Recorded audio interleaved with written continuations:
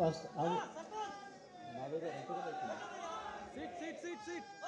down. Excuse me, बैठ जाओ, बैठ जाओ. Excuse me. अरे बैठ जाओ.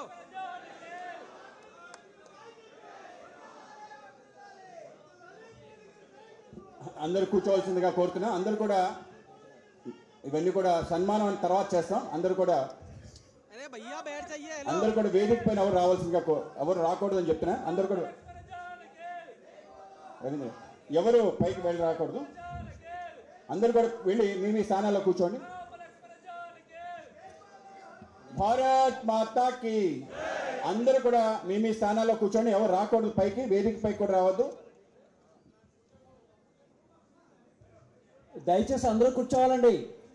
వెనకనున్న వాళ్ళందరూ కూర్చోండి. ఇప్పుడు జ్యోతి ప్రజ్వలనతో ఈ కార్యక్రమం ప్రారంభిద్దాం.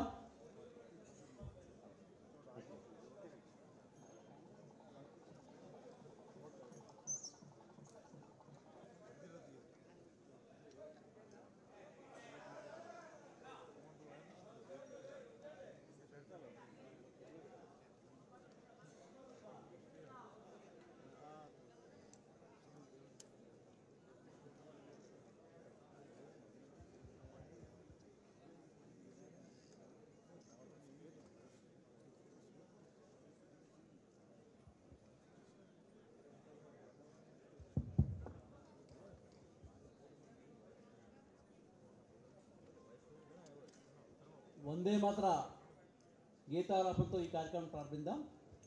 దయచేసి అందరూ లేచి నిలబడండి.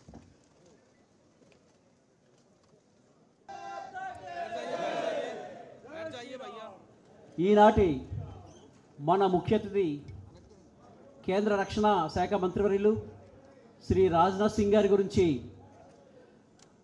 రాష్ట్ర ఉపాధ్యక్షులు మాజీ ఎమ్మెల్సీ శ్రీ పివిఎన్ మాధవ్ గారు తెలియజేస్తారు. అందరికీ నమస్కారం.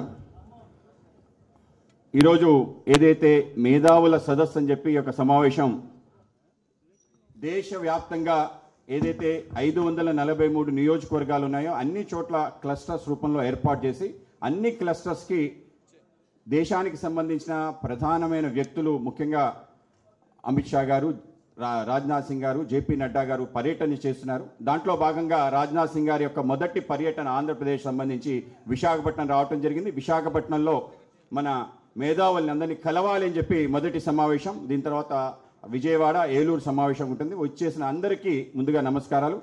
आज हम बहुत आभारी है. राजनाथ सिंह पहले बार विशाखापट्टनम हमारी कार्यक्रम के लिए आया था. राजनाथ सिंह आपके लिए धन्यवाद भी कहते हैं. आंध्र प्रदेश में डिफेंस इन्वेस्टमेंट्स इंडिया में सबसे ज़्यादा इन्वेस्टमेंट्स जिधर आया था वो आंध्रा है. आंध्रा में भी Visakhapatnam has got not less than more than 3 lakh crore rupees as defence investments. ఇది కూడా చాలా పెద్ద విషయం.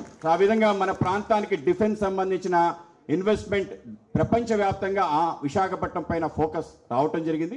దాంట్లో ఎన్ఏఓబి లాంటి నేవల్ ఆల్టర్నేటివ్ బేస్తో పాటు మన ఎన్ఎస్టీఎల్ సంబంధించిన పెట్టుబడులు కానీ, అలాగే మన షిప్ యార్డ్ సంబంధించిన పెట్టుబడులు అన్నీ కూడా విశాఖపట్నానికి పెద్ద ఎత్తున రావటం ఏదైతుందో మన ప్రాంతంలో ఉపాధి, ఉద్యోగ అవకాశాలు కల్పిస్తాయి. కనుక ఆ విధంగా మన ప్రాంతానికి ఒక డిఫెన్స్ ఎపీ సెంటర్గా మారిన విశాఖపట్నానికి రాజ్నాథ్ సింగ్ గారు రావటం మనందరం కూడా సంతోషించాల్సిన విషయం. ముందుగా రాజ్నాథ్ సింగ్ గారిని ఆయన అనేక రకాల పదవులు చేశారు. ముఖ్యమంత్రిగా చేశారు, అనేక మంత్రి పదవులు చేశారు, భారతీయ జనతా పార్టీ జాతీయ అధ్యక్షులుగా చేశారు.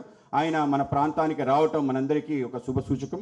ముందుగా రాజ్నాథ్ సింగ్ గారికి స్వాగతం పలకవలసిందిగా మా రాష్ట్ర అధ్యక్షురాలు శ్రీమతి పురంధరేశ్వరి గారిని కోరుతున్నాను. రాష్ట్ర పార్టీ తరఫున శ్రీ పురంధరేశ్వరి గారు శ్రీ రాజ్నాథ్ సింగ్ గారిని స్వాగతం పలుకుతారు.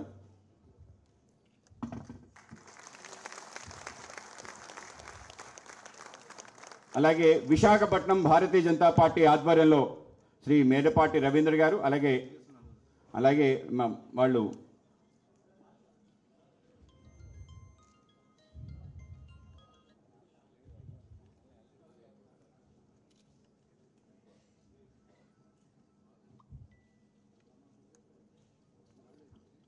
అలాగే మహిళా మోర్చా వాళ్ళు గజమాలతో ఆయనకి స్వాగతం పలకాల్సిందిగా కోరుతున్నాం. ఆగండి. అది మహిళా మోర్చా వాళ్ళు జిఎస్లు విశాఖపట్నం జిఎస్లు, అలాగే కేతినేని సురేంద్రమోహన్ రాష్ట్ర కార్యదర్శి, శ్రీనివాస్ గారు,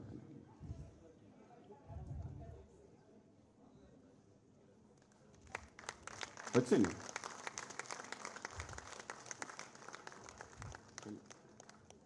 సురేంద్రమోహన్ గారు, అతను జీవీఎల్ గారు ఇస్తారు. అలాగే జీవీఎల్ గారు కూడా పొలమల ఇస్తారు.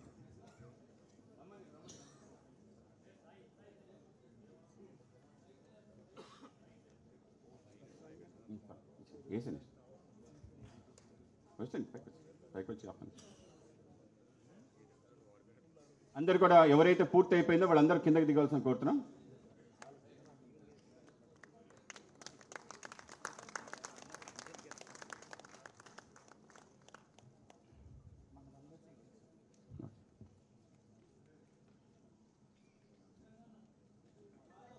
చాలు, ఓకే. అందరికీ నమస్కారం. అలాగే వేదిక పైన ఉన్న వాళ్ళందరూ కూడా కిందకి దిగాల్సిన కోరుతున్నాం. దయచేసి ఒకసారి అందరూ గమనించాలి. హిందీలో మాట్లాడతారు సార్ మంత్రి గారు, ఎవరైనా ట్రాన్స్లేషన్ అవసరం ఉందా? హిందీలో చాలా ఓకే, హిందీలో మాట్లాడతారు, ట్రాన్స్లేషన్ అవసరం అని అడుగుతున్నా. లేదు కదండి, హిందీ ఓకేనా? అందరూ దిగవలసిన కోరుతున్నాం. సో నరేంద్రన్న తర్వాత అవకాశం ఉంటుంది. కేవలం పార్టీ వాళ్ళే ఆయనకి స్వాగతం పలకాలనుకున్నాం. ముందుగా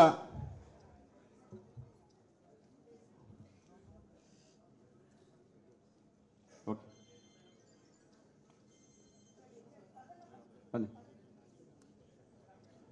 అందరూ కూడా వేదిక దిగవలసిన కోరుతున్నాం. అందరికీ కూడా ఎవరైతే ముఖ్య వాళ్ళందరికీ కూడా ఆహ్వానం చెప్తాం తర్వాత.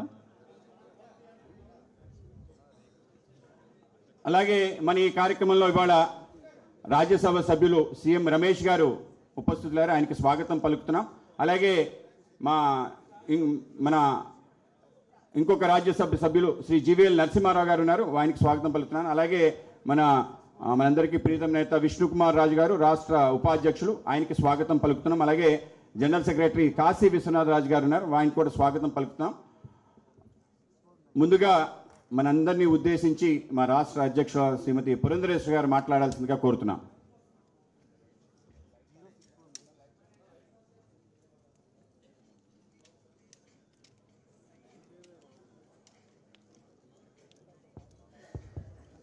సభాయ నమః అంటూ సభాసద్ నమస్కరిస్తూ ఈనాటి కార్యక్రమానికి ముఖ్య అతిథిగా విచ్చేసినటువంటి రక్షణ మంత్రిత్వ శాఖ మంత్రులు పెద్దలు రాజ్నాథ్ సింగ్ గారికి, జిల్లా అధ్యక్షులు రవీంద్ర గారికి, రాష్ట్ర ప్రధాన కార్యదర్శి కాశీ విశ్వనాథ్ రాజు గారికి, రాజ్యసభ సభ్యులు పెద్దలు సోదరులు సీఎం రమేష్ గారికి, జీవీఎల్ నరసింహారావు గారికి, విష్ణుకుమార్ రాజు గారికి, రామ్మోహన్ గారికి, విశాఖ పార్లమెంట్ కన్వీనర్ మరియు వేదిక ముందున్నటువంటి సోదర సోదరీమణులందరికీ పేరు పేరున ముందుగా నా నమస్కారాలు నేను తెలియజేస్తున్నాను. ఇందాక సోదరులు మాధవ్ గారు చెప్పినట్లుగా ఎన్నిక సన్నాహకాల్లో భాగంగా రాష్ట్రంలో ఉన్నటువంటి 25 పార్లమెంట్ను కూడా 5 క్లస్టర్స్గా భావించి వాటిలో అగ్రనాయకుల యొక్క పర్యటన ఢిల్లీ నుండి వారు చేయాలని, ఒక రకంగా ఇది ఎన్నికలకి మా సన్నాహం అని చెప్పి మీ అందరికీ కూడా ఇందాక మాధవ్ గారు చెప్పడం జరిగింది. దానిలో భాగంగానే మొట్టమొదటి పర్యటన ఈనాడు రాజ్నాథ్ సింగ్ గారితో ఒక రకంగా మేము శ్రీకారం చుట్టామని చెప్పి మీ అందరికీ తెలియజేసుకుంటున్నాను. ప్రత్యేకించి వారు ఆకాంక్షించింది ఏమిటంటే, ఎవరైతే సమాజంలో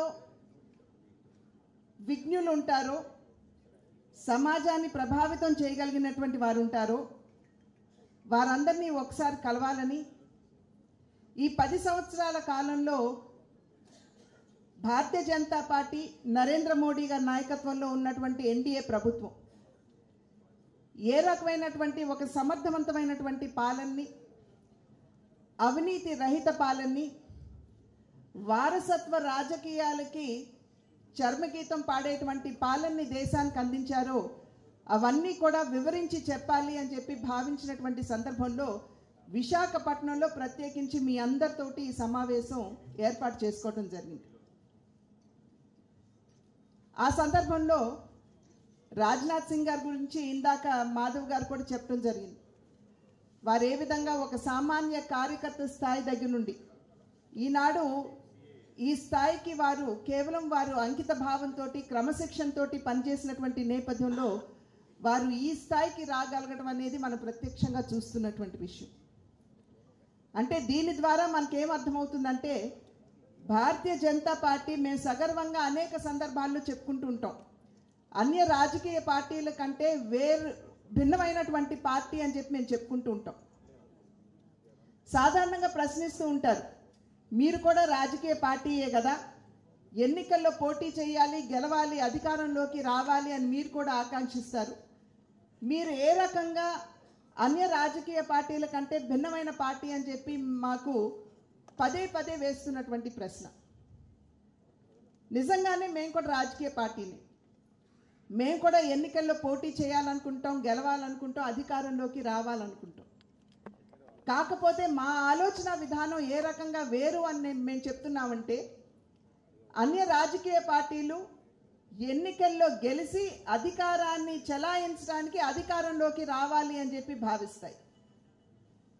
కానీ భారతీయ జనతా పార్టీ ఎన్నికల్లో గెలిచి అధికారాన్ని కైవసం చేసుకుని ఆ అధికారాన్ని సేవా మాధ్యమంగా వినియోగించుకోవాలి అని చెప్పి భావిస్తుంది. కనుకనే భారతీయ జనతా పార్టీ అన్య రాజకీయ పార్టీల కంటే ఒక భిన్నమైనటువంటి ఆలోచన కలిగినటువంటి పార్టీ అని చెప్పి మేమందరం కూడా సగర్వంగా చెప్పుకునేటువంటి విషయం. ఇవాళ నరేంద్ర మోడీ గారు పదే పదే మన అందరికీ తెలుసు వికసిత్ భారత్ గురించి వారు మాట్లాడుతూ ఉంటారు.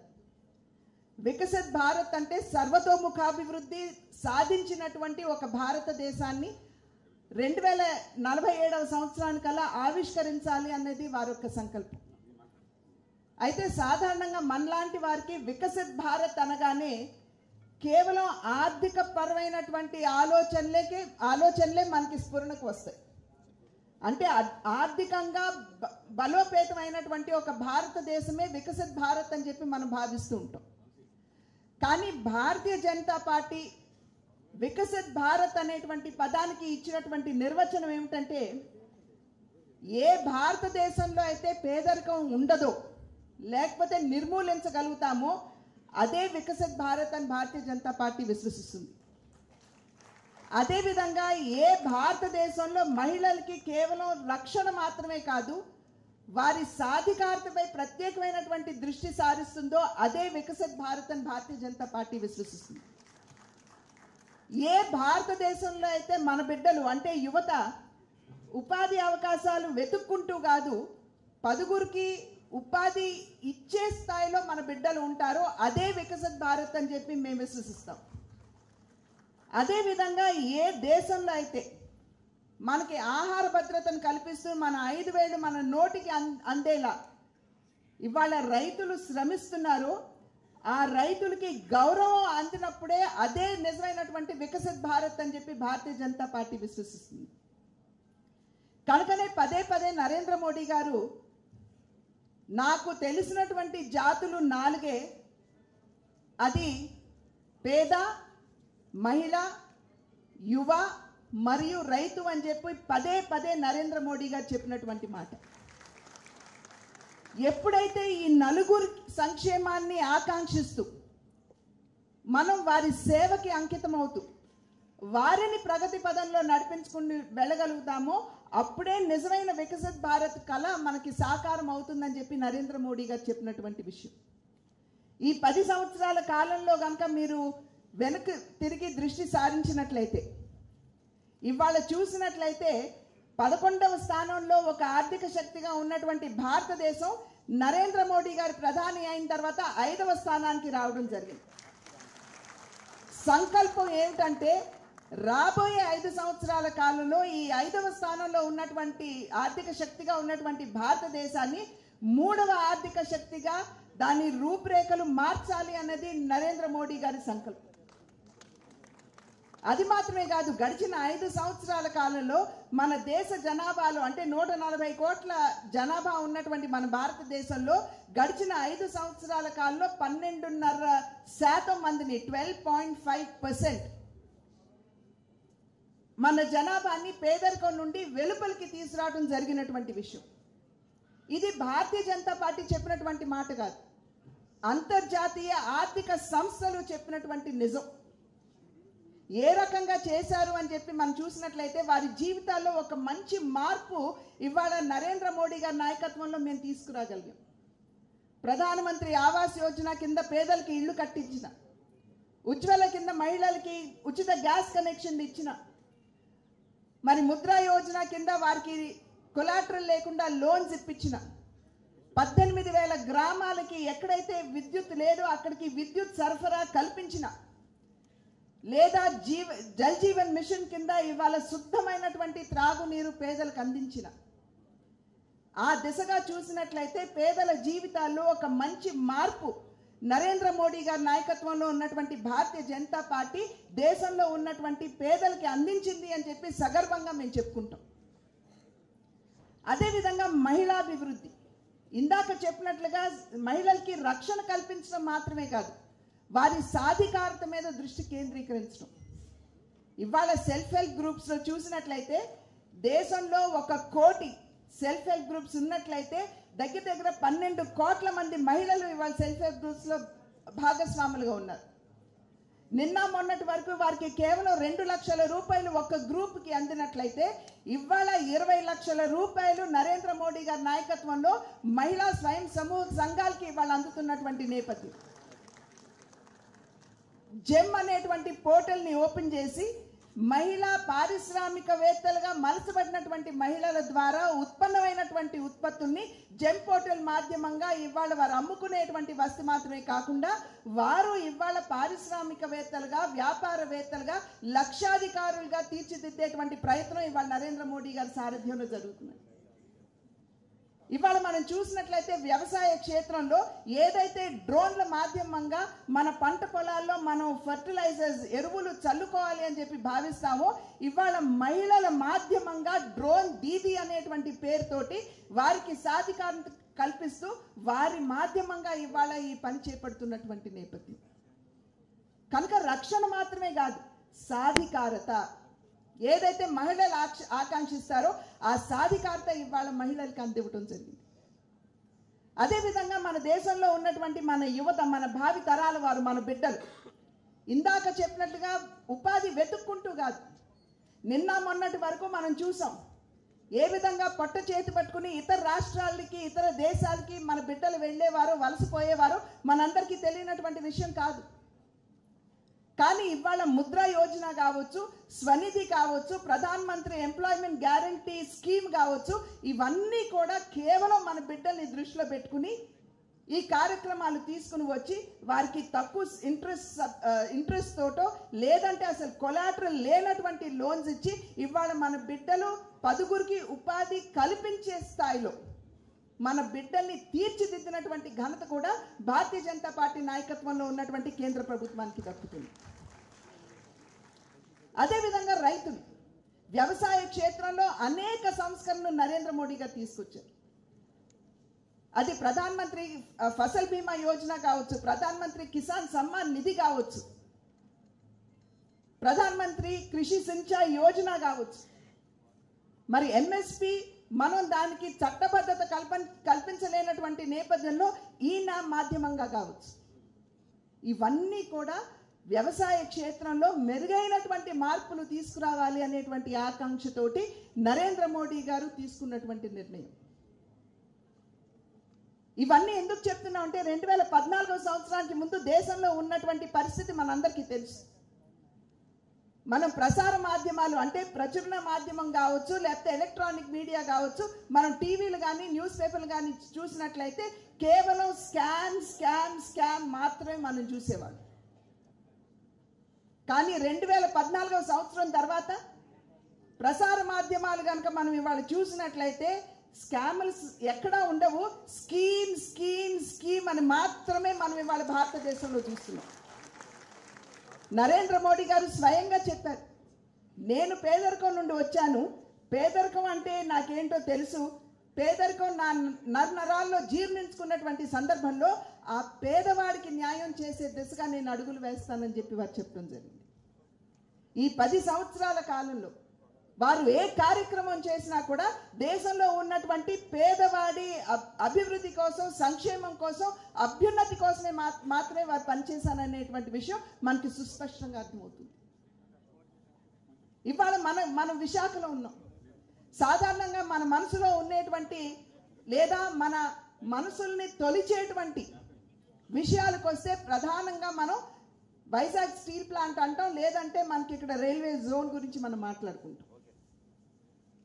ఇవాళ ఈ వేదిక మీద నుండి నేను మీకు తెలియజేసే విషయం, వైజాగ్ స్టీల్ ప్లాంట్ దాన్ని ప్రైవేటైజ్ చేసే యోచన కన్నా కేంద్ర ప్రభుత్వం ఏ విధంగా దాన్ని లాభాల బాటలోకి తీసుకురావాలో ఆ దిశగా ఇవాళ మన స్టీల్ మంత్రి గారు జ్యోతిరాదిత్య సింధియా గారు ఆలోచిస్తున్నారు. ఒక 3 రోజుల క్రితం నేను RINL ఆఫీసర్స్తో మాట్లాడినప్పుడు ప్రతి 3 రోజులకు ఒకసారి వారి డాష్ బోర్డుకి ఇక్కడ ఈ మన వైజాగ్ స్టీల్ ప్లాంట్కి సంబంధించినటువంటి సమాచారాన్ని ఎప్పటికప్పుడు వారు తీసుకుని దాని మీద సమీక్షిస్తూ ఏ విధంగా లాభాల బాటలోకి తీసుకురావాలో వారు ఆలోచిస్తున్నారు. ప్రైవేటైజేషన్ గురించి ఇప్పుడప్పుడు కాదు. అదేవిధంగా రైల్వే జోన్కి వస్తే స్వయంగా అశ్విని వైష్ణవ్ గారు, రైల్వే మినిస్టర్ గారు, వారు స్వయంగా చెప్పడం జరిగింది. నేను అడిగాను, భూమి ఇవ్వండి అని చెప్పి అడిగితే మాకు భూమి ఇవ్వకుండా ఎంతసేపు కేంద్ర ప్రభుత్వం చేయడం లేదు అని చెప్పి భారతీయ జనతా పార్టీ నాయకత్వంలో ఉన్న కేంద్ర ప్రభుత్వం మీద నెపం నెట్టడం ఎంతవరకు సమంజసం అని చెప్పి ఇవాళ మేము ప్రశ్నిస్తున్నాం. కనుక ఎక్కడా కూడా భారతీయ జనతా పార్టీ ఓట్లతో నిమిత్తం లేకుండా ఆంధ్ర రాష్ట్రాన్ని అక్షర క్రమంలో మాత్రమే కాకుండా అభివృద్ధిలో అగ్రగామిగా నిలబెట్టాలి అనేటువంటి విషయానికి కట్టుబడి ఉన్నది అని చెప్పి మీ అందరికీ కూడా నేను తెలియజేస్తున్నాను. సాధారణంగా మీరందరూ ఇక్కడ కూర్చున్నటువంటి వారు విఘ్నులు.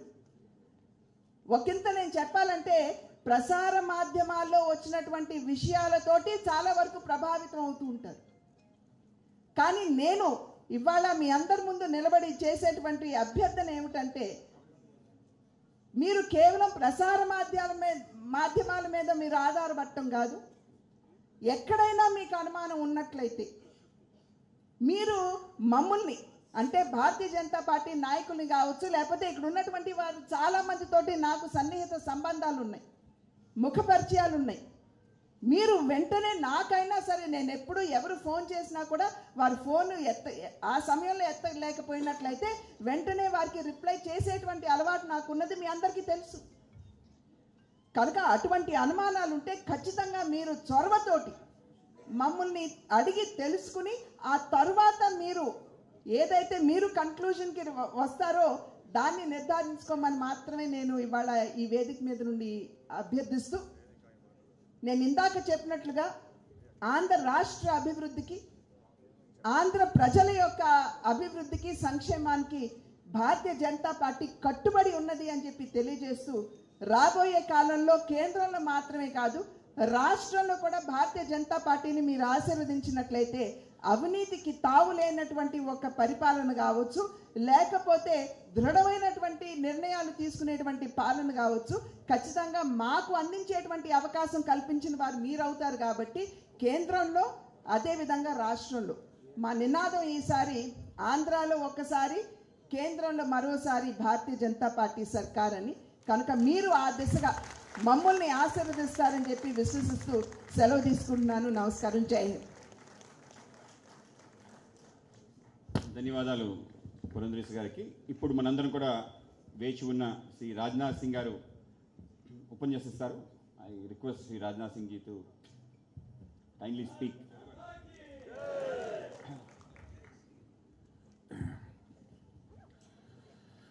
Friends, I will deliver my speech in Hindi. I think, but that interpretation is required or not? Not. No, but Fauji, I know, they know Hindi and English, and if they are living in Andhra Pradesh, they understand Telugu also. No problem. BJP State President Srimati D. Purandeshwari Garu. I can also speak Telugu. Garu. Member of Parliament Rajya Sabha, Sri C.M. Ramesh Garu.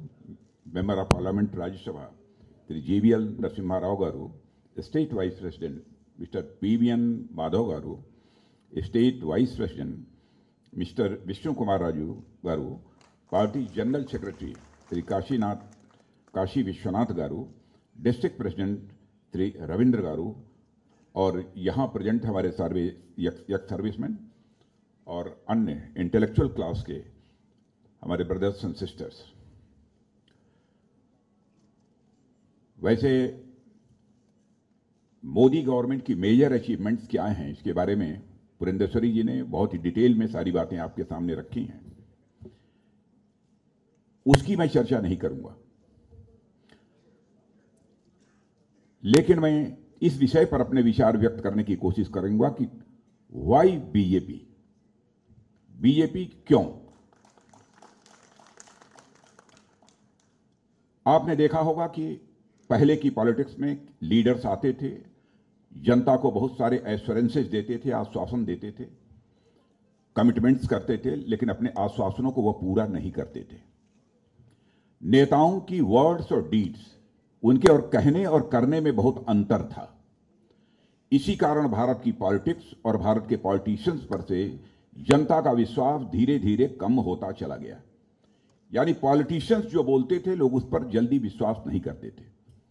यानी Indian politics में एक crisis of credibility पैदा हुई। और मैं confidence के साथ कह सकता हूं, Bharatiya Janata party is the only party जिसने भारत की पॉलिटिक्स में पैदा हुए इस क्राइसिस ऑफ क्रेडिबिलिटी को चैलेंज के रूप में स्वीकार किया है।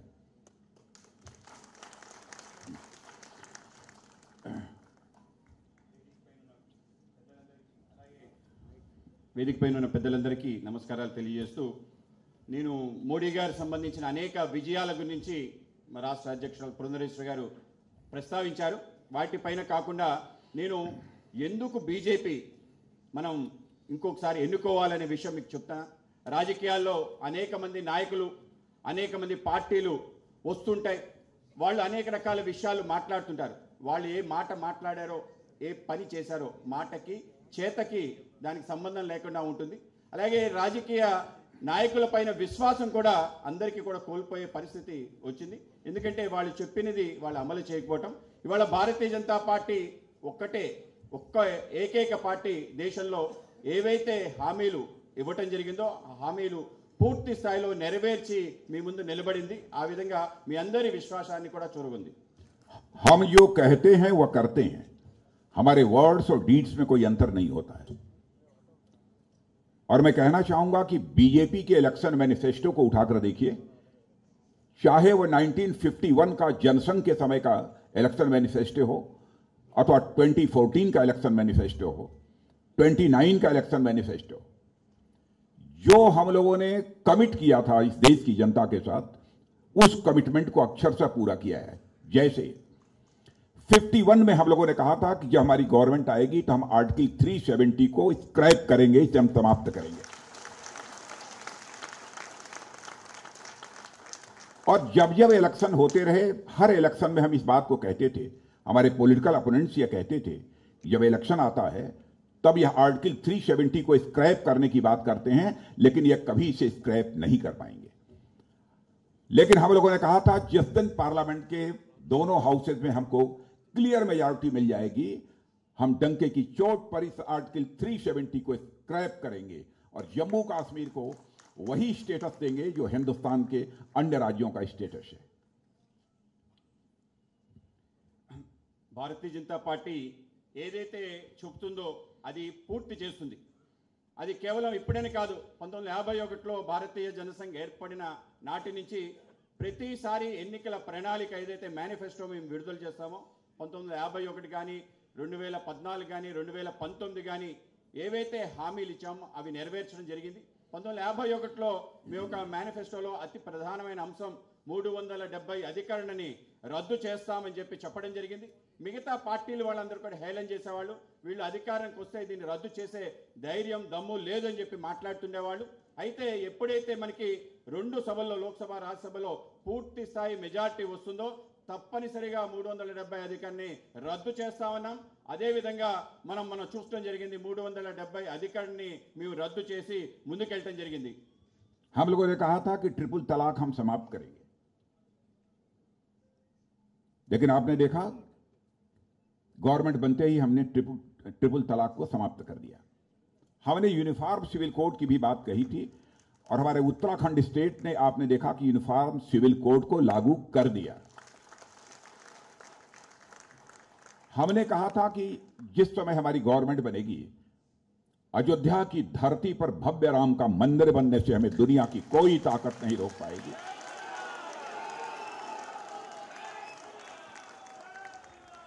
हम लोग ये बराबर स्लोगन देते थे कि राम लला हम आएंगे और अयोध्या की धरती पर अब भाव का भव्य मंदिर बनाएंगे.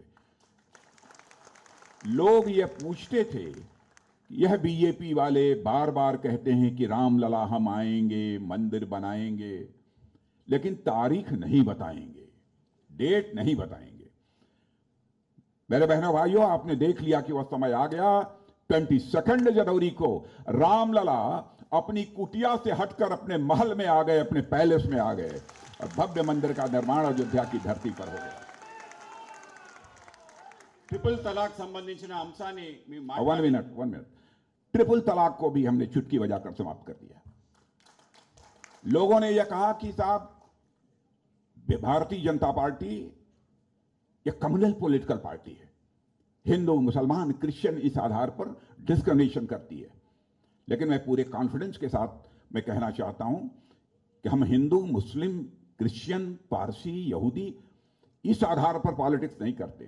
हम पॉलिटिक्स करते हैं तो इंसाफ और इंसानियत के आधार पर, जस्टिस और ह्यूमैनिटी के आधार पर हम पॉलिटिक्स करते हैं. चाहे भले ही कोई मुस्लिम कम्युनिटी की वो हमारी बहन क्यों न हो, कोई मां क्यों न हो, चाहे वो क्रिश्चियन कम्युनिटी की हमारी मां और बहन क्यों न हो, वो हमारे लिए भी हमारी मां बहन है. केवल क्रिश्चियन और मुस्लिम की मां बहन नहीं है, वो हमारी भी मां और बहन है. कोई हम कैसे इसे टॉलरेट कर सकते हैं? कोई अपनी पत्नी को शादी करने के बाद 3 बार तलाक तलाक तलाक करने के बाद उसकी छुट्टी कर दे. अन्य पॉलिटिकल पार्टी जो केवल गवर्नमेंट बनाने के लिए पॉलिटिक्स करती हैं वह इसे स्वीकार कर लें, लेकिन भारतीय जनता पार्टी केवल गवर्नमेंट बनाने के लिए पॉलिटिक्स नहीं करती है, बल्कि हम देश बनाने के लिए पॉलिटिक्स करते हैं, नेशन बनाने के लिए पॉलिटिक्स करते हैं. इसलिए हम इसको एक्सेप्ट नहीं कर सकते हैं. और आपने देखा गवर्नमेंट बनते ही हमने चुटकी बजाकर 3 तलाक को भी समाप्त कर दिया. ముమ్మారు విడాకులు ఏదైతే చట్టం ఉందో అది మేము అధికారంలోకి వచ్చిన వెంటనే చేస్తామన్నాం. ఆ విధంగా ట్రిపుల్ తలాక్ని మనం రద్దు చేయడం జరిగింది. అలాగే ఉమ్మడి పౌర చట్టాన్ని ఈ దేశంలో అమలు చేస్తామని చెప్పడం జరిగింది. దానికోసం అడుగులు వేస్తున్నాం. ఉత్తరాఖండ్ ప్రభుత్వం ఇప్పటికే ఉమ్మడి పౌర చట్టాన్ని అమలు చేయడానికి అడుగులు వేసింది. కేవలం ఇదే కాదు, అయోధ్యలో భవ్య రామ మందిర నిర్మాణం చేస్తామన్నాం. ఇవాళ భవ్య రాముడు రాములల్లా ఇవాళ ప్రాణ ప్రతిష్ఠ జరిగి అక్కడ ఇవాళ విరాజమానం అయ్యాడు. రాములల్లా అయోధ్యలో కోసం వీళ్ళు మాట్లాడతారు. హమ్ ఆయేంగే అయోధ్య మే మందిర్ బనాయేంగే ఏదైతే నినాదం ఉందో ఆ నినాదం ఇస్తారు, కానీ తేదీ మాత్రం వీళ్ళు చెప్పరు అని చెప్పి అనేక మంది మనమే అపహాసం చేసేవాళ్ళు. ఆ విధంగా తేదీ చెప్పడమే కాదు, ఈరోజు భవ్యమైన రామ మందిరం అక్కడ నిర్మాణమై మనందరికీ కూడా శ్రీరాముడి చంద్రుడి యొక్క దివ్య ఆశీస్సులు వచ్చే విధంగా ఇవాళ అయోధ్యలో రామ మందిరం నిర్మాణం అయింది. ట్రిపుల్ తలాక్ గురించి కూడా ఇలానే మాట్లాడేవాళ్ళు. ట్రిపుల్ తలాక్ ఈ ప్రభుత్వం తీసుకురాదు అని చెప్పడం జరిగింది. మనం రావటం వెంటనే ట్రిపుల్ తలాక్ దాన్ని రద్దు చేసి ఒక కొత్త చట్టాన్ని తీసుకొచ్చాం. ఇవాళ భారతీయ జనతా పార్టీ అంటే ముస్లింని క్రిస్టియన్స్ని మిగతా మతస్థులందరినీ విభజిస్తుంది అని చెప్పి అందరితో దూరంగా ఉంటుందని ఒక అపవాదైతే ఇవాళ ప్రచారం చేశారు. నేను చెప్తున్నాను, ముస్లిం సంబంధించిన సోదరి కానీ తల్లి కానీ అలాగే క్రిస్టియన్ సంబంధించిన సోదరు కానీ తల్లి కానీ మాకు సోదర సమానరాలే, ఆ విధంగా అందరినీ కలుపుకొని వెళ్ళాలి అని చెప్పి అటువంటి ఆలోచనతోనే మేము ముందుకు వెళ్తున్నాం తప్ప ఇంకోటి కాదని చెప్పి మీకు తెలియజేస్తున్నాం. ఇవాళ మేము కేవలం అధికారంలోకి వచ్చి ప్రభుత్వం నడపాలి అని చెప్పి ఒక ఆలోచన కాదు, ఈ దేశాన్ని ముందుకు తీసుకెళ్ళాలి, దేశం ప్రపంచంలో అగ్రగామి అవ్వాలి అని చెప్పి దానికోసమే మేము పనిచేస్తున్నామని మీ అందరికీ తెలియజేస్తున్నాం. अंतर्राष्ट्रीय मंचों पर, इंटरनेशनल फोरम पर भारत की साख, भारत की क्रेडिट, भारत की क्रेडिबिलिटी यह बढ़ी है. पहले भारत इंटरनेशनल फोरम पर कुछ बोलता था तो भारत की बातों को इंटरनेशनल कम्युनिटी सीरियसली सुनती नहीं थी, लेकिन आज इंटरनेशनल फोरम पर भारत कुछ बोलता है तो सारी दुनिया कान खोलकर सुनती है भारत बोल क्या रहा है. यह भारत की हैसियत सारी दुनिया में बनी है. बोलिए बोलिए जल्दी जल्दी करते जाओ. ప్రపంచం అంతా కూడా భారతదేశం ఇవాళ అత్యంత గౌరవాన్ని గరిమని ఇవాళ స్వీకరిస్తుంది. ప్రపంచంలో ఎక్కడికి వెళ్ళినా కూడా మనకి ఆధార అభిమానాలు దొరుకుతున్నాయి. ఇంతకుముందు భారతదేశం ఏది చెప్పినా కూడా ప్రపంచం అంగీకరించేది కాదు. ఇవాళ ప్రపంచం అంతా కూడా భారతదేశం ఏం చెప్తుందని ఎదురు చూడటంతో పాటు దాన్ని పూర్తి స్థాయిలో అమలు చేయడానికి అడుగులు వేస్తుంది. बहनों भाइयों, भारत अब कमजोर भारत नहीं है. भारत अब दुनिया का एक ताकतवर देश बन गया है.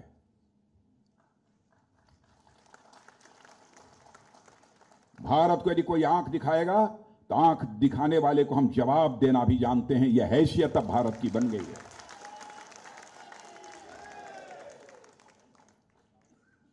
భారతదేశం ఒక బలహీన దేశం కాదు. ఇవాళ భారతదేశం ఒక శక్తిశాలి దేశంగా ఆవిర్భవించింది. ఇంకా ఎవరైనా మనతో కళ్ళులో కళ్ళు పెట్టి చూస్తే ఊరుకునేది లేదు. వాళ్ళకి అంత తీవ్రంగా సమాధానం ఇచ్చే స్థాయికి మన దేశం తయారైంది. मैं नहीं कह रहा हूं, सारे इंटरनेशनल कम्युनिटीज के नेशंस, देश ये बोलते हैं, उनके प्रीमियर, उनके प्राइम मिनिस्टर, उनके प्रेसिडेंट ये कहते हैं 21st सेंचुरी इस वर्ल्ड में किसी एक कंट्री की है तो उस कंट्री का नाम है भारत.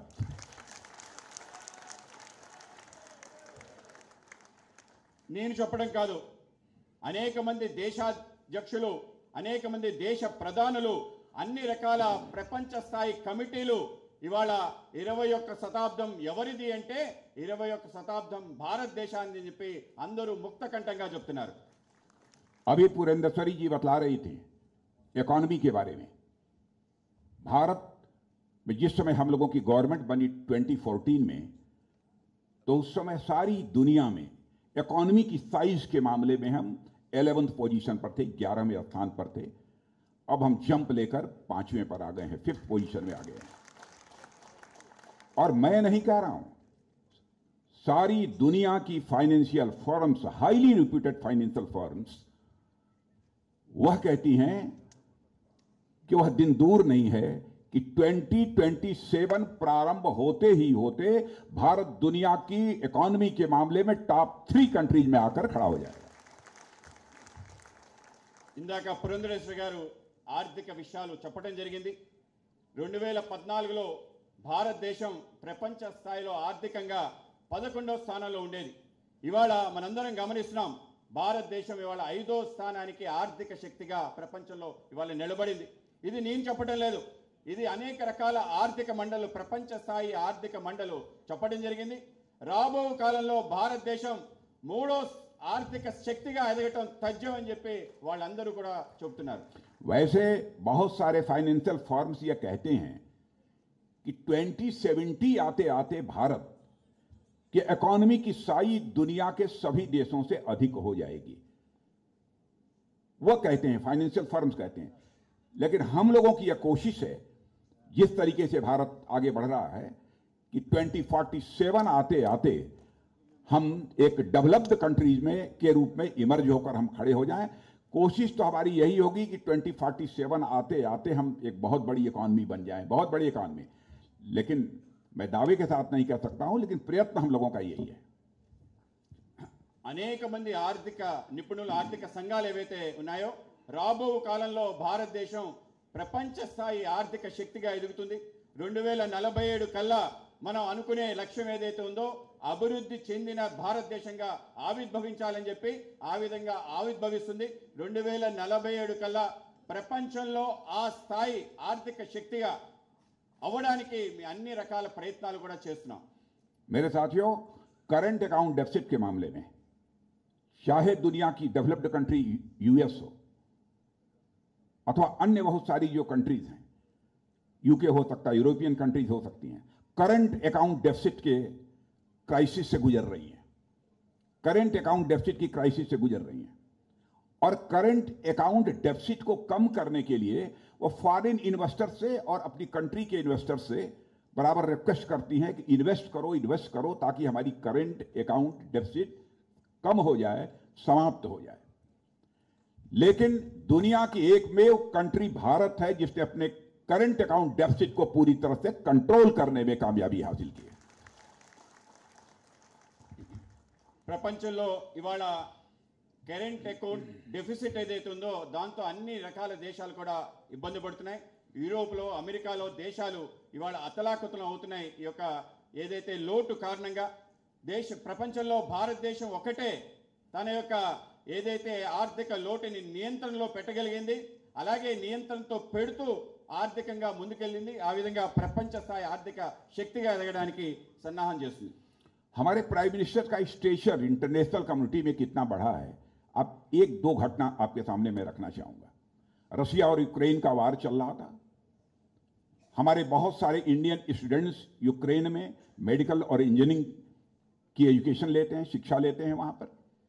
उनके सारे गार्जियंस पीएमओ के सामने इकट्ठा होकर ये डिमांड करने लगे कि प्राइम मिनिस्टर मिस्टर मोदी, चाहे जैसे भी हो, यूक्रेन से हमारे बच्चों को ले आइए, क्योंकि लगातार रशिया से भी मिसाइल चल रहे थे, यूक्रेन की तरफ से भी मिसाइल चल रहे थे। ऐसी क्राइसिस में दुनिया के किसी भी देश के प्रीमियर की हिम्मत नहीं थी कि अपने अब वहां से बच्चों को निकाल सके। हमारे प्राइम मिनिस्टर ने चटपट रशिया के प्रेसिडेंट मिस्टर पुतिन से बात की और उसके बाद यूक्रेन के राष्ट्रपति प्रेसिडेंट मिस्टर जेलेंस्की से बात की और साथ ही यूएस के राष्ट्रपति मिस्टर बाइडेन से बात की। और दोस्तों, आपको जानकर खुशी होगी, फॉर द 4.5 आवर यह वार रुक गया और हमारे सारे इंडियन बच्चे वहां से बाहर आ गए। ఇవాళ ప్రపంచవ్యాప్తంగా ప్రధానమంత్రి గారు అత్యంత ప్రభావవంతమైన వ్యక్తిగా ఇవాళ ఆవిర్భవించారు. ప్రధానమంత్రి గారి యొక్క ప్రభావాన్ని చెప్పాలంటే ఈ మధ్య జరిగిన రష్యా యుక్రెయిన్ యొక్క యుద్ధం, ఆ యొక్క యుద్ధం జరుగుతున్న సందర్భంలో అనేక మంది మన దేశానికి సంబంధించిన పిల్లలు అక్కడ చదువుకుంటారు. వాళ్ళకి సంబంధించిన బంధువులు, తల్లిదండ్రులు వచ్చి ప్రధానమంత్రి దగ్గర వచ్చి విన్నవించుకున్నారు. ఇవాళ ఘోర యుద్ధం జరుగుతుంది, మా పిల్లలు ఏమైపోతారు, వాళ్ళు సురక్షితంగా మా ప్రాంతానికి తీసుకురండి అని వేడుకోవడం జరిగింది. వెంటనే నరేంద్ర మోడీ గారు మాట్లాడటం జరిగింది. ఉక్రెయిన్ సంబంధించిన ప్రైమ్ మినిస్టర్ జెలెన్స్కీతో, అలాగే రష్యా సంబంధించిన ప్రధానితో పుతిన్ గారితో మాట్లాడారు. అలాగే అమెరికా సంబంధించిన ప్రధాని అధ్యక్షుడు శ్రీ బైడెన్ గారితో మాట్లాడారు. వీళ్ళందరితో మాట్లాడి అందరూ ఆశ్చర్యపోయేలాగా 4.5 గంటల పాటు యుద్ధానికి విరామం ఇచ్చి మన యొక్క విద్యార్థుల్ని, పిల్లల్ని అందరినీ సురక్షితంగా తీసుకొచ్చాం. ఆ విధంగా ఒక అద్భుతాన్ని చేయడం జరిగింది. कतर में हमारे कुछ एक्स सर्विसमैन, हमारे कुछ फॉर्मर नेवल ऑफिसर्स, कोई कारण रहा होगा, वहां की कोर्ट ने उन्हें फांसी की सजा दे दी, फांसी की सजा दे दी। सुगुनाकर राव जी, हाँ, कहाँ सुगुनाकर राव जी? हाँ, यह कटार में बधाई, स्वागत है, बैठिए बैठिए। इनका कोई अपराध नहीं था, लेकिन कोर्ट उसे सजा दे दी। और उसके बाद हमारे प्राइम मिनिस्टर के इतने अच्छे रिलेशंस हैं कतर के कि कतर के प्रीमियर ने, वहां के प्रेसिडेंट ने सबकी जितनी सजा थी उसको माफ कर दिया और सारे हमारे नेवल ऑफिसर बाहर आ गए। కటార్లో ఏదైతే సంక్షోభం ఏర్పడిందో అనేక మంది మన ex service men naval officers ని అక్కడ నిర్బంధించడం జరిగింది. 8 మందిని నిర్బంధించడం జరిగింది. వాళ్ళకి వాళ్ళ కోర్టు ఉరి శిక్ష విధించడం జరిగింది. అయితే మన ప్రధానమంత్రి నరేంద్ర మోడీ గారి యొక్క దౌత్య శక్తి కారణంగా వాళ్ళతో మాట్లాడటం జరిగింది. ఆ మాట్లాడిన వెంటనే వాళ్ళకి క్షమాభిక్ష పెట్టి ఇవాళ విడుదల చేయడం జరిగింది. అటువంటి ఆ ఖతార్ నుంచి వచ్చిన ex naval officer Shri Sugunakar Rao గారు కూడా మన మధ్యలో ఉన్నారు. यह है बीजेपी, यह है बीजेपी और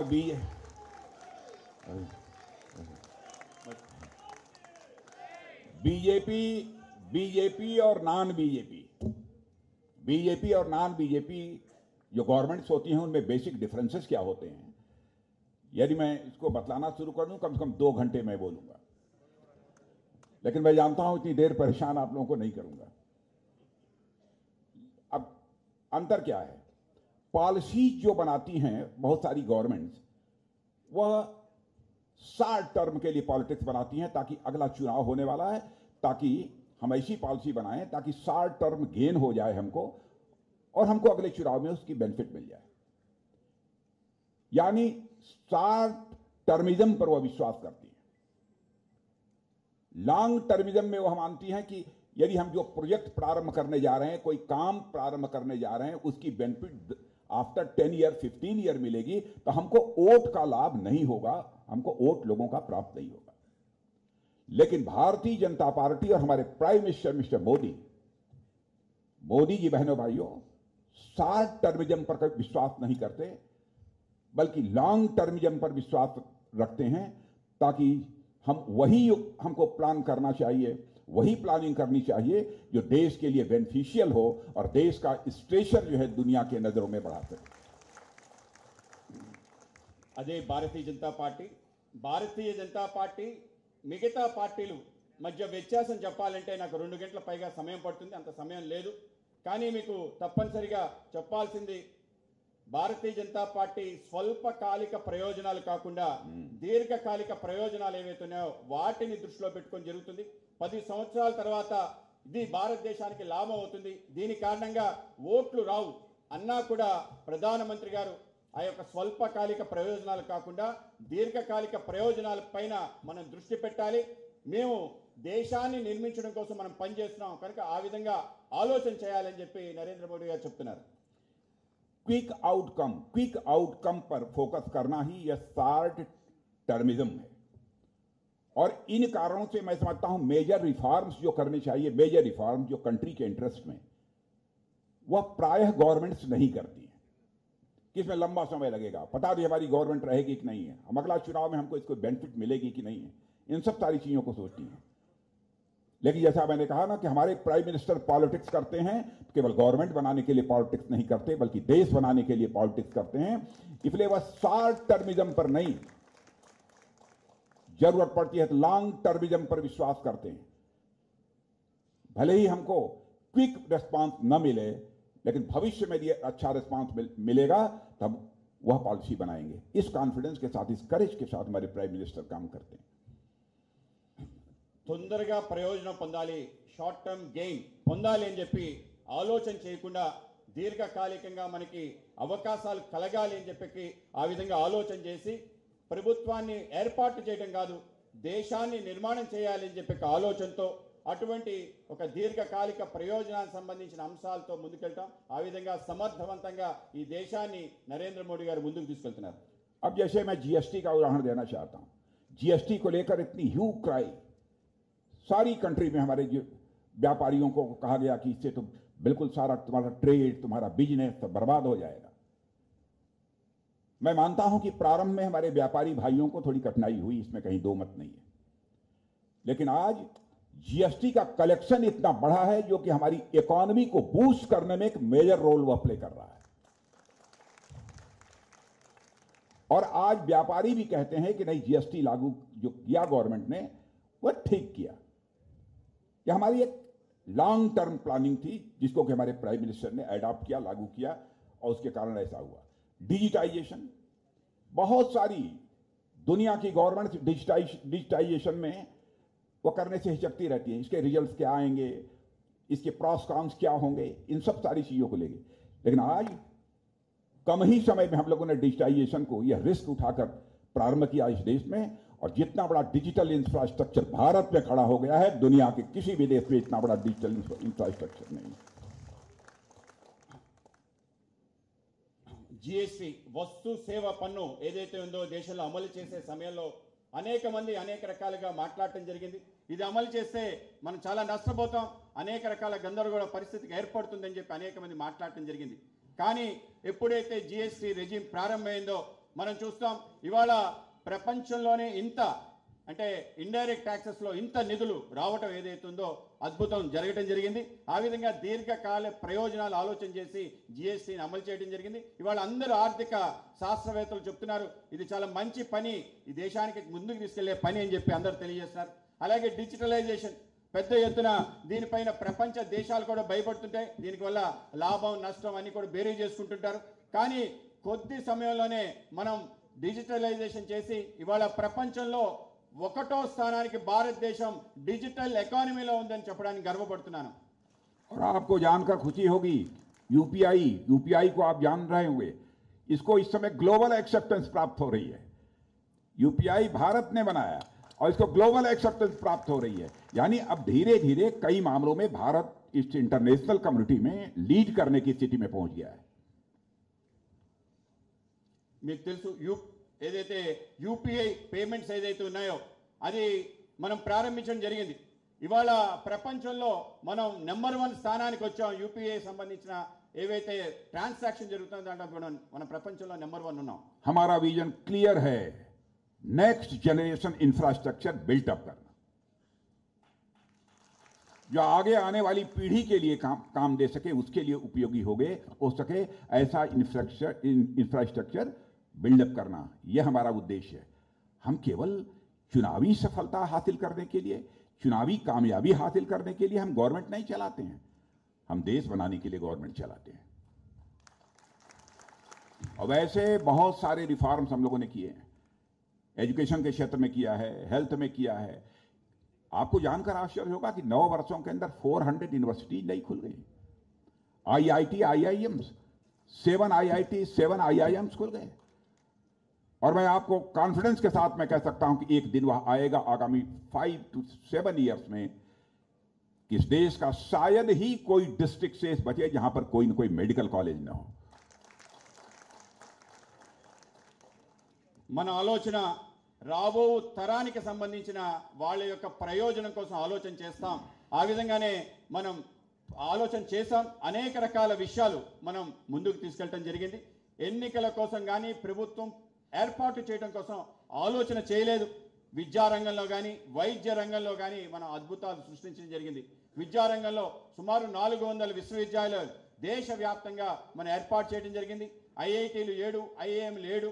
దీంతో పాటు మీ అందరూ కూడా ఆశ్చర్యపోతారు, రాబో 5-7 సంవత్సరాల్లో దేశవ్యాప్తంగా ప్రతి జిల్లాకి ఒక వైద్య కళాశాల ఏర్పాటు చేస్తున్నాం. ఆ విధంగానే చేస్తూ ముందుకెళ్తాం మీకు తెలియజేస్తున్నాం. बैंकिंग रिफॉर्म हम लोगों ने 2018 में किया. 2018 में उस समय एनपीए, नॉन परफॉर्मिंग एसेट जिसे बोलते हैं, वो 11.8% था. आज आपको जानकर खुशी होगी एनपीए बैंकों का 3.1% रह गया, लेस देन 3.1% रह गया है. माने ऐसे रिस्क. अच्छा, लोगों को कठिनाई हुई उस समय जब रिस्ट्रिक्शंस लगे तो कई प्रकार की पाबंदियां लोगों के ऊपर लगी और भी बहुत सारे रिस्ट्रिक्शंस लगे. लोग इसकी आलोचना कर रहे थे, लेकिन आलोचना की हम लोगों ने चिंता नहीं की. नेशनल इंटरेस्ट में क्या है वही हम लोगों ने किया है. और आज आप देख रहे हैं जो हमारा भारत, हमारे देश की अर्थव्यवस्था फ्रेजाइल 5 में थी, वह जंप लेकर आज फेबुलस 5 में खड़ी हो गई है. और क्रेडिट ऑफ टेक भी बहुत बढ़ा है. बैंकों के रिफॉर्म के कारण क्रेडिट ऑफ टेक भी बहुत तेजी के साथ बढ़ा है. अब एग्जैक्ट फिगर देना मैं शुरू करूंगा तो बहुत लंबा समय लगेगा. बैंकिंग रिफॉर्म के कारण ही जीरो बैलेंस अकाउंट भी हम लोगों ने खोलना शुरू किया. आज मैं दावे के साथ कह सकता हूं इस हिंदुस्तान में शायद ही कोई ऐसी 1 फैमिली, 2 फैमिली, 10 फैमिली बची हो जिनका कि बैंक अकाउंट नहीं होगा. भले ही 1 पैसा न जमा किया हो, जीरो बैलेंस अकाउंट खोलने का काम, यह साहस इस हिंदुस्तान में किसी पॉलिटिशियन ने किया है. उस पॉलिटिशियन का नाम है श्री नरेंद्र मोदी.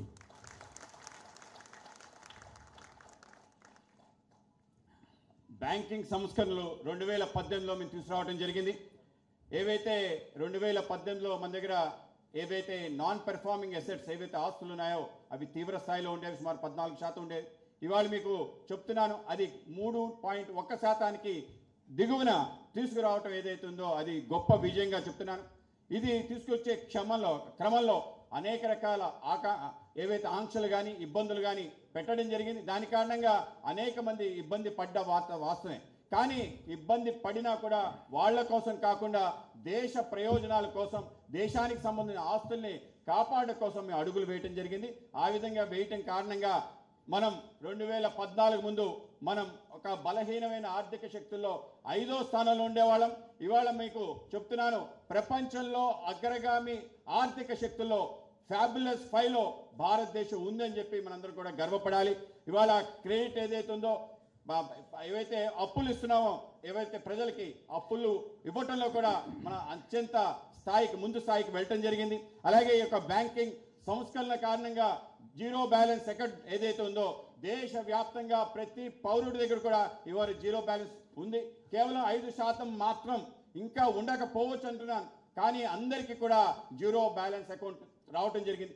నేను చెప్తున్నాను, ప్రపంచంలో ఎవరైనా ఒక రాజకీయ నాయకుడు అంత దీర్ఘకాలికంగా ఆలోచన చేసి దేశంలో ప్రతి పౌరుడికి జీరో బ్యాలెన్స్ అకౌంట్ ఓపెన్ చేయగలిగే నాయకుడు ఎవరైనా ఉన్నారంటే ఆయన నరేంద్ర మోడీ గారిని చెప్పి మీకు తెలియజేస్తున్నాను. वैसे मैं आपको याद दिलाना चाहता हूं कि राजीव गांधी जी भारत के प्राइम मिनिस्टर थे और राजीव गांधी जी के इंटेंशन पर मैं क्वेश्चन मार्क नहीं लगाना चाहता. वैसे मैं ऐसा पॉलिटिशियन हूं कि मैं किसी भी प्राइम मिनिस्टर को क्रिटिसाइज नहीं करता हूं, क्योंकि मानता हूं prime minister he is not individual but he is a institution. इसलिए मैं किसी को क्रिटिसाइज कभी नहीं करता हूं पॉलिटिशियन होने के बावजूद. लेकिन राजीव गांधी जी ने अपनी मजबूरी ये जाहिर की थी, मैं क्या करें, हम 100 पैसा ऊपर से भेजते हैं लेकिन नीचे पहुंचते पहुंचते लोगों के पॉकेट पे 14 पैसा केवल पहुंच पाता है, 86 पैसा करप्शन को हो जाता है. लेकिन इस चैलेंज को यदि किसी प्राइम मिनिस्टर ने स्वीकार किया तो हमारे प्राइम मिनिस्टर मोदी जी ने इस चैलेंज को स्वीकार किया. और आपने देखा होगा जन आधार, ये जनधन अकाउंट, आधार और मोबाइल की ऐसी ट्रिनिटी बनाई कि यदि 100 पैसा बैंक से चलता है दिल्ली से तो बेनिफिशियरी को के जेब में 100 पैसा पहुंचता है, 1 पैसा भी उधर उधर नहीं होने पाता है. यह करप्शन को यदि हम मिनिमाइज करना चाहते हैं, करप्शन को हम रूट आउट करना चाहते हैं, तो केवल भाषण देकर करप्शन को मिनिमाइज नहीं किया जा सकता है. सिस्टम में चेंजेज लाने पड़ेंगे, लॉन्ग टर्म प्लानिंग करनी पड़ेगी. वही काम हमारे प्राइम मिनिस्टर कर रहे हैं. రాజీవ్ గాంధీ గారు ఈ దేశ ప్రధానమంత్రిగా చేయటం జరిగింది. ఆయన యొక్క ఆలోచనల్ని నేను ఎక్కడ విమర్శించను. దేశానికి ప్రధానమంత్రి అంటే ఆయన ఒక వ్యక్తి కాదు, ఒక వ్యవస్థ. కనుక నేను ఎప్పుడు కూడా ఆ విధంగా విమర్శన చేయను. కానీ ఆయనే చెప్పాడు, రాజీవ్ గాంధీ గారు ప్రధానమంత్రిగా ఉన్నప్పుడు చెప్పారు, ఎప్పుడైతే ఢిల్లీలో ఒక 100 పైసలు మనం కింద గ్రామానికి పంపించాలి అంటే మధ్యలోనే 86 పైసలు ఆవిరైపోతుందని, ఆ విధంగా కిందకు వచ్చేసరికి కేవలం 14 పైసలు మాత్రమే ప్రజల దగ్గరికి చేరుతుందని చెప్పారు. ఇవాళ ఒక అద్భుతాన్ని మనం చూస్తున్నాం.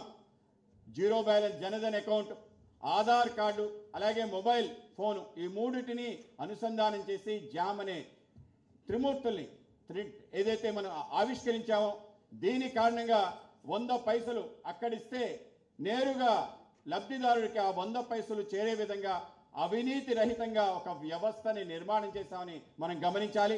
ఇవాళ అవినీతిని తగ్గిస్తాం అనేక మంది మాట్లాడతారు, కానీ ఆ మాటలు చేతలతో చూపించే విధంగా వ్యవస్థీకృత పరివర్తన ఏదైతే ఉందో దాన్ని తీసుకురావడం కారణంగా ఇవాళ దేశంలో ఒక అద్భుతం వచ్చింది. ఆ అద్భుతాన్ని చేసిన వ్యక్తి నరేంద్ర మోడీ గారని మీకు తెలియజేస్తున్నాను. हम लोगों ने इस बात की महिलाओं के प्रति हमारा सम्मान किया.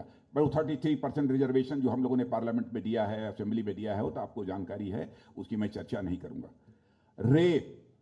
रेप के मामले में हम लोगों ने ऐसा कानून बना दिया है कि जो रेप करेगा उसको फांसी की सजा दी जाएगी. बहनों भाइयों, भारत एक ऐसा देश है जिस देश के ऋषियों और मनीषियों ने यह कहा है कि यत्र नार्यास्तु पूज्यन्ते तत्र देवा हरमन्ते.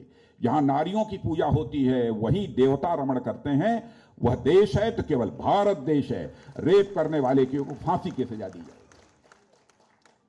మహిళల పట్ల మనకుండే ఏదైతే ఉందో దాని గురించి మీ అందరికీ తెలుసు. ఈ మధ్య కాలంలో 33% రిజర్వేషన్ అసెంబ్లీ పార్లమెంట్లో ఇవ్వటం జరిగింది. దాని గురించి నేను తెలియజేయట్లేదు. కానీ మహిళల పైన జరిగే ఏదైతే అత్యాచారాలు ఉన్నాయో వాటిని నియంత్రించడంలో ఎవరెవరైతే ఇటువంటి చర్యలకు పాల్పడతారో వాళ్ళని ఉరి శిక్ష తీసే విధంగా ఇవాళ చట్టాలు తీసుకురావడం జరిగింది. ఆ విధంగా మొత్తం దేశంలో మనం ఏదైతే మనం అంటాం, ఎక్కడెక్కడైతే స్త్రీలు పూజించబడతారో అక్కడ దేవతలు నివాసం ఉంటారని చెప్పి ఏదైతే మాట అంటున్నామో ఆ విధంగా స్త్రీల పట్ల మనకుండే గౌరవాన్ని, వాళ్ళకుండే రక్షణని ఆ విధంగా అమలు చేస్తున్నామని మీకు తెలియజేస్తున్నాను. 21 जून यूनाइटेड नेशन में हमारे प्राइम मिनिस्टर के द्वारा जो रेजोल्यूशन मूव किया गया, इंटरनेशनल योगा डे 21 जून को डिक्लेयर किया गया। यह है भारत, यानी इंटरनेशनल फोरम पर अब हमें सुना जाता है। इतना ही नहीं, ग्रीन हाइड्रोजन से जुड़े जो हमारे कैंपेन हैं और 60 रूफ टॉप मिशन के कारण देश में रिन्यूएबल एनर्जी का इस समय इतना जनरेशन हो रहा है कि हम इस क्षेत्र में काफी आगे बढ़ गए हैं। दुनिया की डेवलप्ड कंट्रीज भी इस समय भारत की सराहना, भारत को अप्रिशिएट करती हैं रिन्यूएबल एनर्जी के मामले में। सेमीकंडक्टर के मामले में मैं अपने विशाखापट्टनम के, क्योंकि यहां पर बहुत सारे इंटेलेक्चुअल्स हमको बतलाकर जाना चाहता हूं, भविष्य में भारत सेमीकंडक्टर का हब बनने जा रहा है। एक सेंटर हमारा यह विशाखापट्टनम भी होगा।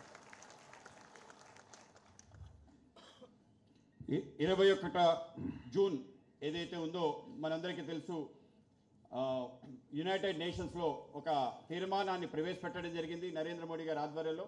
వెంటనే అన్ని దేశాలు కూడా దాన్ని అంగీకరించి అంతర్జాతీయ యోగా దినోత్సవంగా చేయటం మనందరికీ తెలిసిందే. అలాగే కేవలం యోగా దినోత్సవమే కాదు, ఏదైతే పచ్చ హైడ్రోజన్ గ్రీన్ హైడ్రోజన్ సంబంధించిన అంశాన్ని ముందుకు తీసుకెళ్లడంలో కానీ, అలాగే సెమీ కండక్టర్స్ సంబంధించిన హబ్లు క్రియేట్ చేయడంలో కానీ మనం, అలాగే రెన్యూబుల్ ఎనర్జీ సంబంధించిన వ్యవస్థలు నిర్మాణం చేయడంలో కానీ మనం ముందున్నాం. ఆ విధంగా దేశవ్యాప్తంగా పర్యావరణ పరిరక్షించే దాంట్లో మనం ముందున్నామని తెలియజేస్తున్నాను.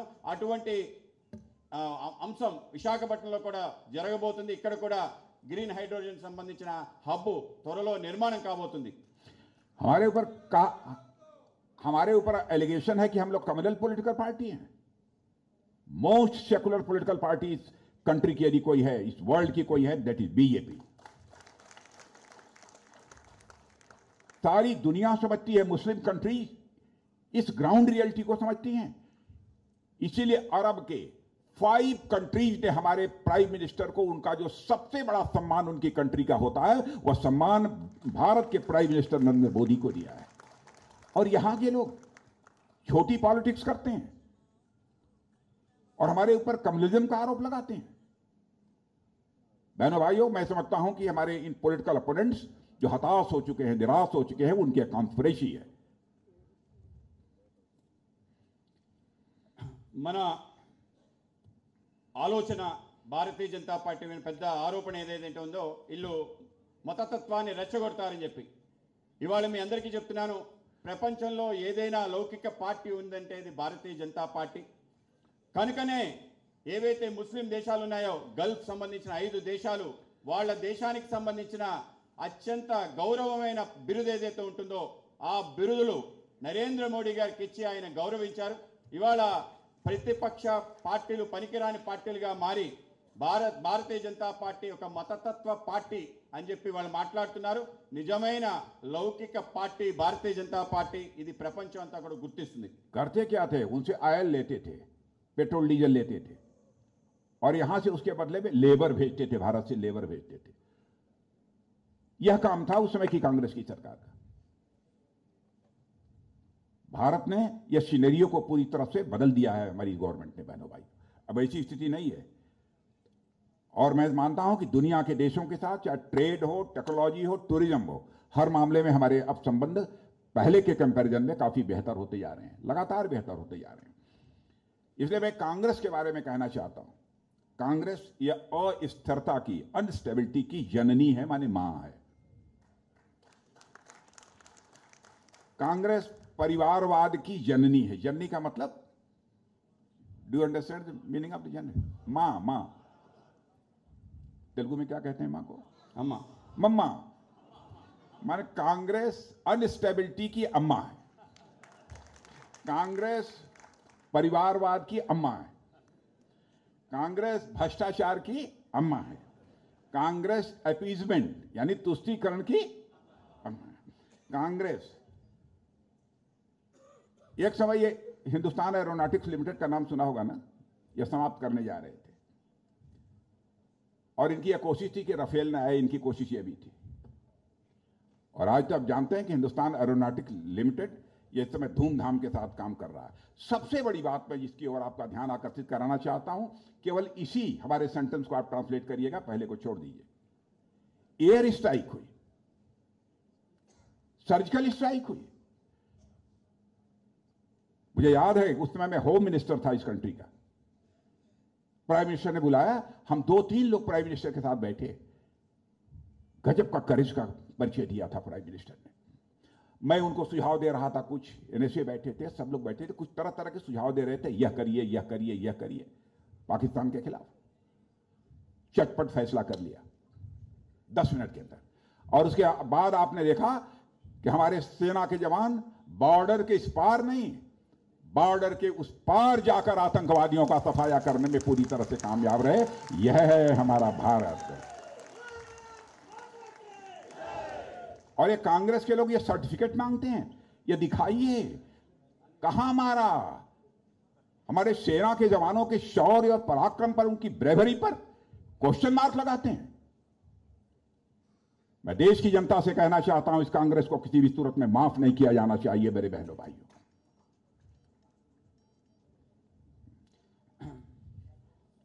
వాళ్ళందరూ కూడా ఏదైతే గల్ఫ్ దేశాలతో ఉండే సంబంధాలు, గతంలో ఆ దేశం నుంచి చమురు తెచ్చుకునేవాళ్ళు, బదులుగా మన దగ్గర నుంచి అనేక మంది వలస కార్మికులు పంపించి కేవలం అంతవేరకే ఉండేది. ఇవాళ మీ అందరికీ చెప్తున్నాను, ఇవాళ గల్ఫ్ దేశంతో కేవలం ఉద్యోగాలే కాదు, పెద్ద ఎత్తున ఆర్థిక లావాదేవీలు, అనేక రకాల ట్రేడ్ రిలేషన్స్, టెక్నాలజీ సంబంధించిన ట్రాన్స్ఫర్స్ లాంటి అనేక రకాల గొప్ప పనులు జరుగుతున్నాయి. అవి ఇంకా ముందుకు వెళ్తాయని తెలియజేస్తున్నాను. ఇవాళ మనకు తెలుసు, కాంగ్రెస్ పార్టీ ఏదైతే ఉందో అది అస్తిత్వానికి ఒక తల్లి లాంటిది. అలాగే కేవలం అస్తిత్వమే కాదు, అది కుటుంబ పాలనకి కూడా అమ్మ లాంటిది, అలాగే అవినీతికి కూడా అమ్మ లాంటిది, అలాగే సంతుష్టీకరణ రాజకీయాలకు కూడా అది అమ్మ లాంటిది. మనం గమనించాం, ఏదైతే హిందుస్థాన్ ఏరోనాటిక్స్ లిమిటెడ్ ఉందో దాన్ని మూసేయాలనే ప్రయత్నం చేశారు. రఫేల్ విమానాలు ఏవైతున్నాయో భారతదేశానికి రాకుండా ఉండాలని వాళ్ళు ప్రయత్నం చేశారు. ఇవాళ మీరు కానీ గమనిస్తే హెచ్ఏఎల్ ఏదైతే ఉందో ఇవాళ అద్భుతాన్ని చూస్తుంది. అనేక రకాల విమానాలు తయారు చేయడంలో ముందుంది. ప్రపంచ స్థాయి విమానాలు మన యొక్క టెక్నాలజీతో తయారు చేసే విధంగా, మనం నైపుణ్యంతో తయారు చేసే విధంగా ముందుకెళ్తున్నాం. ఇవాళ ఒక విషయం మనకు తెలియాలి, ఏవైతే వైమానిక దాడులు జరిగాయో, సర్జికల్ స్ట్రైక్స్ జరిగాయో, ఇవన్నీ కూడా జరిగిన సమయంలో నేను హోంశాఖ మంత్రిగా ఉన్నాను. అప్పుడు ప్రధానమంత్రిగా పిలవడం జరిగింది. అప్పుడు ఏదైతే మన దళాలకు సంబంధించిన అధిపతులు ఉన్నారో వాళ్ళతో మనం కూర్చోవడం జరిగింది. వాళ్ళు చెప్పారు అది చేయండి ఇది చేయండి అని చెప్పి అనేక రకాల విషయాలు చెప్పారు. కానీ ఆ రోజు ఒక శక్తిని వాళ్ళకి ప్రదర్శించడం జరిగింది. ఏ విధంగా ఒక ధైర్యాన్ని కూడా వాళ్ళకి రుచి చూపించడం జరిగింది. కేవలం సరిహద్దు యువతలే కాదు, సరిహద్దు అవతల కూడా మన శత్రువుని తుడిమిట్టించగలం అని చెప్పి ఒక గొప్ప సందేశాన్ని నరేంద్ర మోడీ గారు ఇవ్వటం జరిగింది. చూపించారు. मैं सदर्न स्टेट्स, जितने भी सदर्न स्टेट्स हैं, इस मीटिंग के माध्यम से सबका मैं ध्यान आकर्षित करना चाहता हूं। भारतीय जनता पार्टी के ऊपर एलिगेशन लगाया जाता है कि नॉर्थ इंडिया की पार्टी है, साउथ इंडिया में इसे क्या लेना देना, यह हिंदी बेल्ट की पार्टी है, यह कहकर आरोप लगाते हैं। लेकिन सचमुच इन एलिगेशंस की आप प्रॉपर एनालिसिस करेंगे तो आप इस नतीजे पर पहुंचेंगे कि पूरी तरह से यह बेसलेस एलिगेशन है, निराधार इस प्रकार का आरोप है। मैं आपको बतलाना चाहता हूं, असम में हमारी, Assam non Hindi speaking state है, असम में हमारी 2 बार एब्सोल्यूट मेजॉरिटी से गवर्नमेंट बन चुकी है। असम तो हिंदी बेल्ट का स्टेट नहीं माना जाता है। इसके अलावा महाराष्ट्र में भी हमारी कोलिशन गवर्नमेंट 2 बार बन चुकी है, 2 बार बन चुकी है, वहां भी मराठी भाषा चलती है। एक अच्छा खासा वोट परसेंटेज वहां हमको मिलता है। भारत के वेस्टर्न पार्ट की बात मैं आपसे करना चाहता हूं, राजस्थान व गुजरात। गुजरात स्टेट है, वहां तो गुजराती बोली जाती है, हमारे प्राइम मिनिस्टर भी गुजराती बोलते हैं। 4 डिकेड से लगातार हम लोग अपनी गवर्नमेंट बनाते चले आ रहे हैं। कैसे यह आरोप लगाते हैं कि भारतीय जनता पार्टी केवल नॉर्थ इंडिया की पार्टी है, हिंदी बेल्ट की पार्टी है? और इतना ही नहीं, पिछले लोकसभा इलेक्शन में वेस्टर्न इंडिया में मैक्सिमम सीट्स यदि किसी को मिली हैं तो बीजेपी को मिली है। और हमारे प्राइम मिनिस्टर मोदी जी के होम स्टेट पे गुजरात में तो लगातार 30 ईयर से हम स्वीप करते जा रहे हैं। यह हालत हो गई है। सदर्न इंडिया की मैं बात करना चाहूंगा आप लोगों के सामने, तो कर्नाटक में लंबे समय तक हमारी गवर्नमेंट रही है। मेरे बहना भाइयों, क्या यह एलिगेशन लगाने वाले लोगों को यह समझ में नहीं आता? कर्नाटक भी सदर्न इंडिया का ही पार्ट है। वर्तमान में वेस्ट बंगाल, उड़ीसा और कर्नाटक में हम सेकंड लार्जेस्ट पार्टी हैं, भारतीय जनता पार्टी। इन स्टेट में सेकंड लार्जेस्ट पार्टी है। आंध्र प्रदेश, तमिलनाडु और केरल में हमारा वोट बैंक लगातार बढ़ रहा है, और आंध्र प्रदेश में भी हमारा वोट बैंक बढ़ रहा है। आंध्र प्रदेश की जनता अल्टीमेटली भारतीय जनता पार्टी को एक्सेप्ट करेगी और आंध्र प्रदेश में हमारी बीजेपी की गवर्नमेंट बनेगी। आज न बने, 5 साल बाद बनेगी, मैं कॉन्फिडेंस हूं। हमारा लगातार ये पब्लिक सपोर्ट, मेरे बहने भाइयों, लगातार पब्लिक सपोर्ट बढ़ता जा रहा है। इसलिए जो भी एलिगेशन कांग्रेस के द्वारा लगाया जाता है, ये फैक्चुअली पूरी तरह से गलत है। आप देखेंगे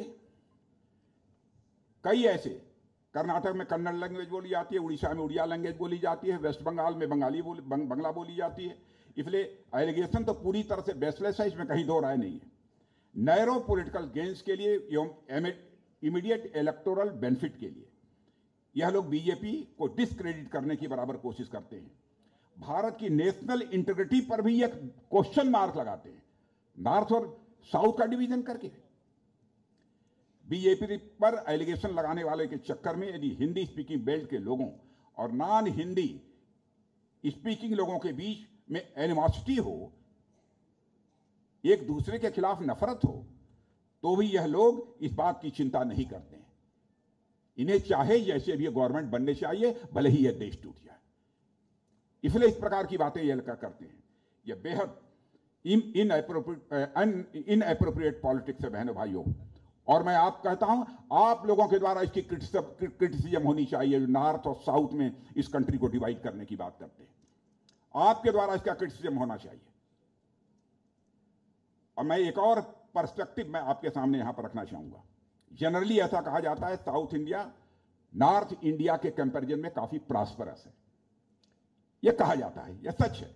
साउथ इंडिया की प्रॉस्पेरिटी के फिगर्स को दिखाकर हमारे अपोजिशन के जो साथी हैं, कई बार नॉर्थ इंडियंस और साउथ इंडियंस के बीच एनिमोसिटी यानी दुश्मनी, शत्रुता, यह दिखाने की कोशिश करते हैं। हमें यदि हम कंसेप्ट इसे यदि हम एक्सेप्ट भी करें मेरे बहनों भाइयों, तो एक चीज हमारे सामने आती है। ग्लोबल कैनवास पर भी जब इस चीज को आप देखते हैं, तो स्वाभाविक रूप से आप पाएंगे कि जनरली दो तरह की कंट्रीज होती हैं। एक डेवलप्ड कंट्रीज होती हैं, जो सोशल एंड इकोनॉमिक इंडिकेटर पर हर तरह से बहुत ही प्रॉस्परस होती हैं। मैं ग्लोबल पर्सपेक्टिव में बात कर रहा हूं। और जिनका इंफ्रास्ट्रक्चर बेहद अच्छा भी होता है, जैसे जर्मनी, जापान, अमेरिका और यूरोप की बहुत सारी कंट्रीज हैं। लेकिन उन डेवलप्ड कंट्रीज के साथ एक प्रॉब्लम आपने यह भी देखी होगी, उनके यहां वर्क फोर्स की संख्या लगातार डिक्रीज हो रही है। यह भी देखा होगा आपने। उनके पास डेमोग्राफिक एडवांटेज यानी यूथफुल वर्क फोर्स नहीं है। दूसरी तरफ अफ्रीका और एशिया के रीजन में आपको ज्यादातर ऐसी कंट्रीज दिखेंगी जो कंपैरेटिवली कम प्रॉस्परस हैं, लेकिन उनके पास डेमोग्राफिक एडवांटेज है। तो ग्लोबल कैनवास में हमें दो अलग अलग तरह की कंट्रीज देखने को मिलती हैं। एक जो प्रॉस्परस हैं और दूसरी जिनके पास की डेमोग्राफिक एडवांटेज यानी यूथफुल वर्कफोर्स है। भारत के मामले में भी नॉर्थ और साउथ इंडिया को इसी प्रकार से यदि हम देखें, तो साउथ इंडिया कंपैरेटिवली अधिक प्रॉस्परस दिखता है और नॉर्थ इंडिया के पास डेमोग्राफिक एडवांटेज ज्यादा है। इसलिए नॉर्थ इंडिया और साउथ इंडिया में कुछ अलग अलग स्ट्रक्चरल इश्यूज हैं भी। तो हमारा इफर्ट यह होना चाहिए कि हम दोनों की लेबर कैपिटल स्ट्रक्चर्स को मिलाकर कुछ अच्छा करें और कुछ बड़ा करें। इधर का लेबर उधर का कैपिटल मिलाकर करें, ज्यादा पैसा है कुछ अच्छा करें। हमारा इफर्ट दोनों को पहले से और अधिक जोड़ने का होना चाहिए, न कि लैंग्वेज और प्रॉस्पेरिटी के नाम पर दोनों को तोड़ने का होना चाहिए। इस प्रकार की हेट पॉलिटिक्स बहनों भाइयों बंद होनी चाहिए, और इसका जवाब यदि कोई दे सकता है तो केवल इस देश की जनता दे सकती है, मेरा पक्का विश्वास है। इसलिए मैं आप सबसे और विशेष रूप से सारे इंटेलेक्चुअल से हम मौजूद हैं, आप लोगों से मैं कहना चाहता हूं, देश के अंदर जागरूकता लाने में, अवेयरनेस लोगों के बीच लाने में आपकी बहुत ही अहम भूमिका यानी इंपॉर्टेंट रोल यदि कोई प्ले कर सकता है तो आप लोग प्ले कर सकते हैं। यही रिक्वेस्ट करने के लिए दिल्ली से चलकर यहां आया था।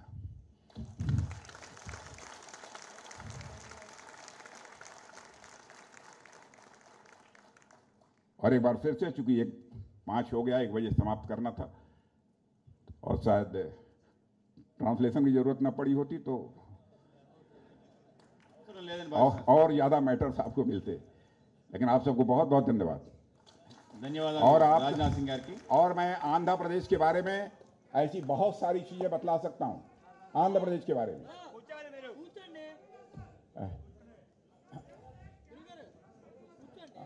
इसलिए మనకి राजनाथ जी इधर बहुत सारी ex serviceman, AP chamber of commerce सब लोग आए थे।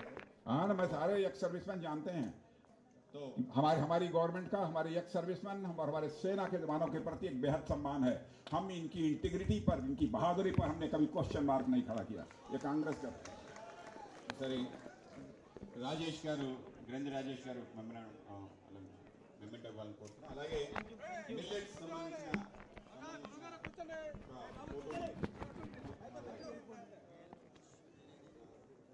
అలాగే ఎక్స్ సర్వీస్ పర్సన్ సురేష్ గారు వచ్చి ఆయనకి మెమరాండం కోసం కోరుతున్నాం.